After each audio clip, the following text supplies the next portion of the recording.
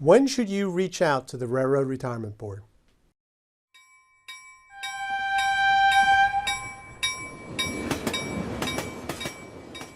Welcome everyone to another edition of the Highball Advisors Railroad Retirement Whiteboard.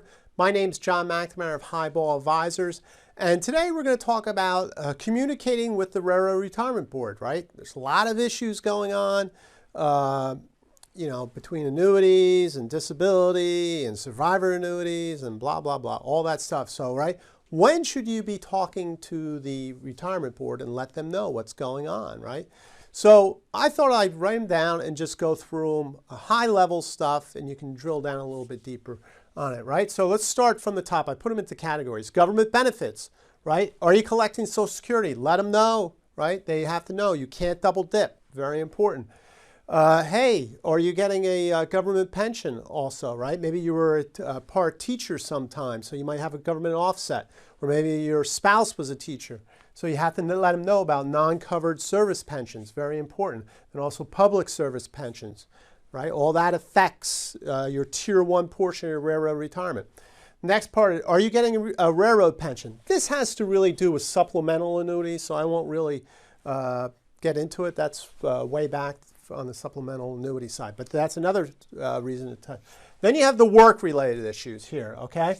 Are you working for the railroad? If you're working for the railroad, you gotta let them know you're working for the railroad, all right? Don't rely on your HR department. Let them know that you're working for the railroad, okay? Then non-railroad after full retirement age, right? Work deductions, all those type of things. Now, the reason I tell you all this stuff is because you don't want to be hit with penalties. So you got to know when to reach out to these people. So non-railroad after, okay, next one. Tier 1 reductions for non-railroad work before full retirement age, right? Remember, I did the video working in railroad retirement. You have those reductions in your annuity when you're working, okay? So then you might want to say, hey, what earnings count towards that Tier 1 reduction? You reach out to them and to understand that.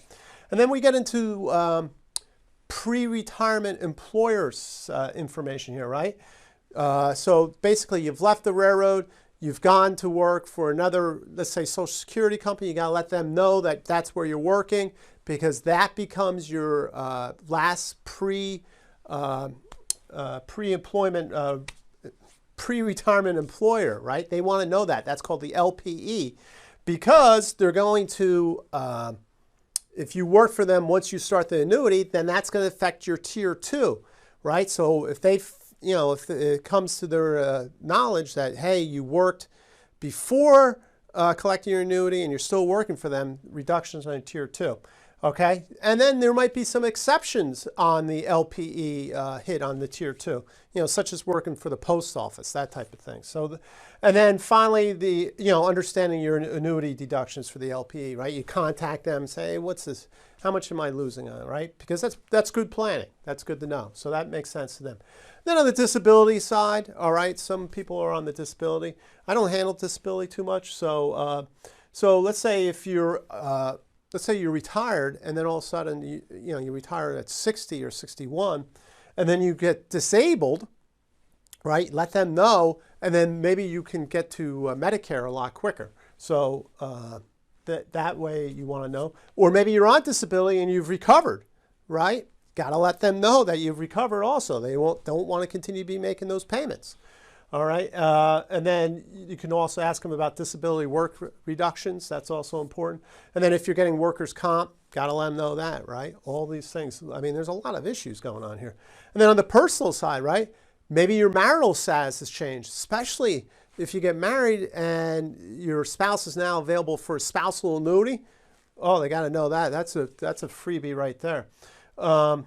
Qualifying child status change, right? So that's interesting, right? So if you had children that were under 18, able to collect on the annuity, maybe now they're in college and they're no longer available to get that. So they got to know what the status is on that.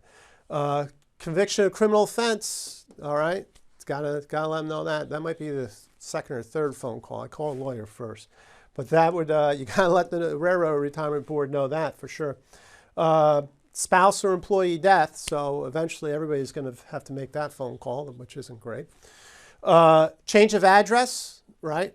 Want to make sure that any communication, you're staying in touch with them, right? Don't want to lose track of each other. And then finally, direct deposit, right? That's probably really important because that's where all the money's coming to, right? So make sure you have that correct direct deposit information on file. So what's the best way to get in touch with them? Just call them, all right? Just call the phone number and give them an update on any of these issues, all right?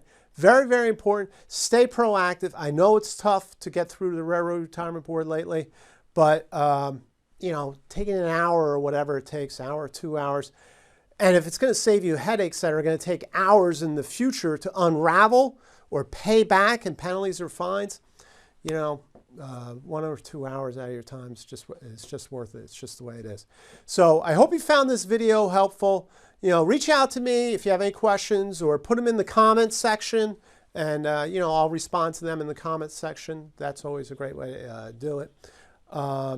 Please subscribe to the YouTube channel. It's going great. Want to get to the 3,000 subscribers. We're closing in, so that's very exciting. Click on the notification bell to get the latest whiteboard video that's going out. And until next time, everyone, please stay safe, stay on track, and take care. So long, everybody.